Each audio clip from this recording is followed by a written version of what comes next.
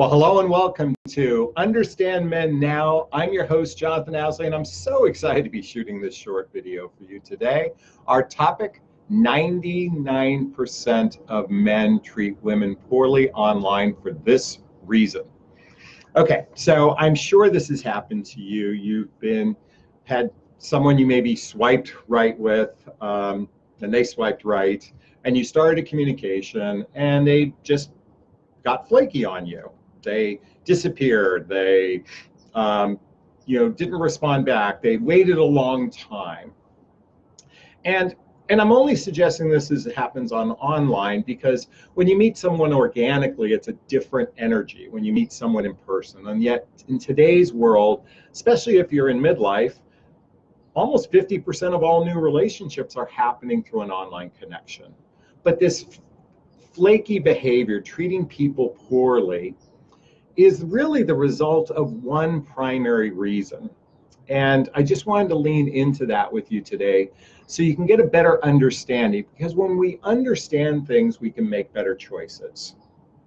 Okay, so I want you to think about this for a moment. Almost everyone you meet online, at least, is a stranger. They're completely foreign to you. They don't know who you are.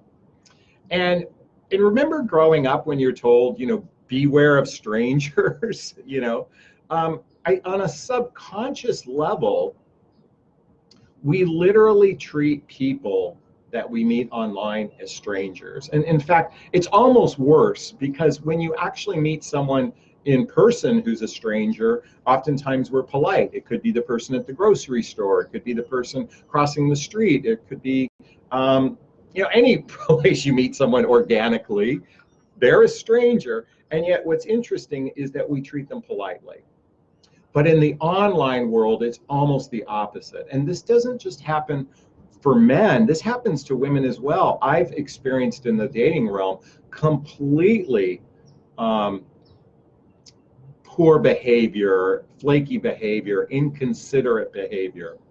Because to me, this woman is looking at me not as a friend, but as a stranger. And this is all subconsciously speaking. This isn't happening in the context of interpersonal relationships with someone. So we have to recognize that. And it's not indicative of who they are. Okay, we can blame the person and say men treat women poorly, women treat men poorly, and that sort of thing, and they're a bad person. But what's the benefit of that? What's the benefit of making someone out to be bad if this is what's happening? So we need to understand this, because when we understand, we can predict behavior and make better choices.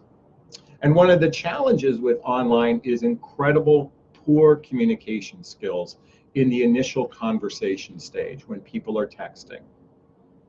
And I've shot a video on how you can improve texting in one of my other videos. So go to my channel and look for the video on how to text men first on a date, as an example. So one of the most important things here is not to take it personally.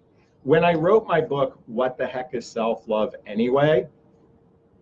One of the chapters is called Don't Let Anyone Fuck With Your Chi. And that was actually because my son, Connor, who passed away, had this unique ability to not let other people's opinion of them affect him.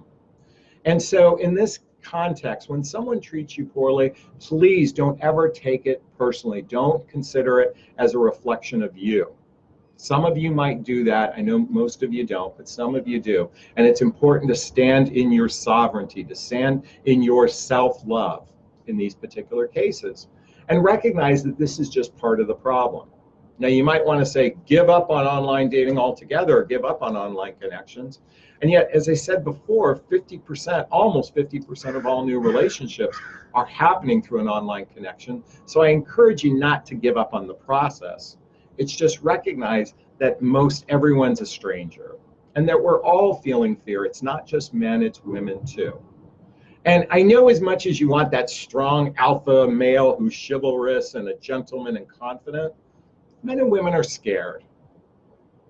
And it's a little bit safer to connect online at first.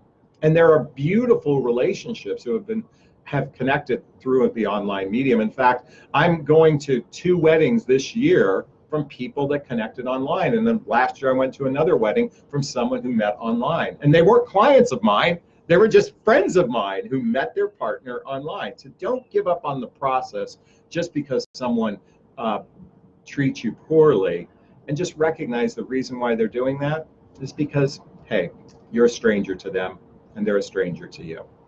I hope that gives you a little insight into why this happens, and just recognize that, hey, it's just part of the process. And you can either take it personally or judge the person, which has no benefit to you taking it personally or judging the person, or just recognizing, hey, that's just part of the process. All right, I'd like to hear your thoughts. Please post a comment below if this resonated with you, if you think it's rubbish, if you think I'm full of shit. I want you to write a comment. Let's get a conversation going about this. If you found value in this video, I want to tell you I have a fantastic group called Midlife Love Mastery. There's a link right here below. It's designed to help kind of uncover those deeper questions you might personally have. If you ask, so by joining the group, you get access to gazillion videos, you get access to a monthly webinar where I get on a telecall with you and you can ask me questions directly on the phone. Or I have a private Facebook group where I interact with the members on a daily basis. This morning a member wrote and I responded back with a question, or I'm going to shoot a video on her question as well. So it's called Midlife Love Mastery. There's a link right there below. I'm going to end this video as I always do, giving you a big, gigantic Jonathan Bear hug if I have your consent. Aw, thank you. Wishing you a wonderful day. Thanks so much. Bye now.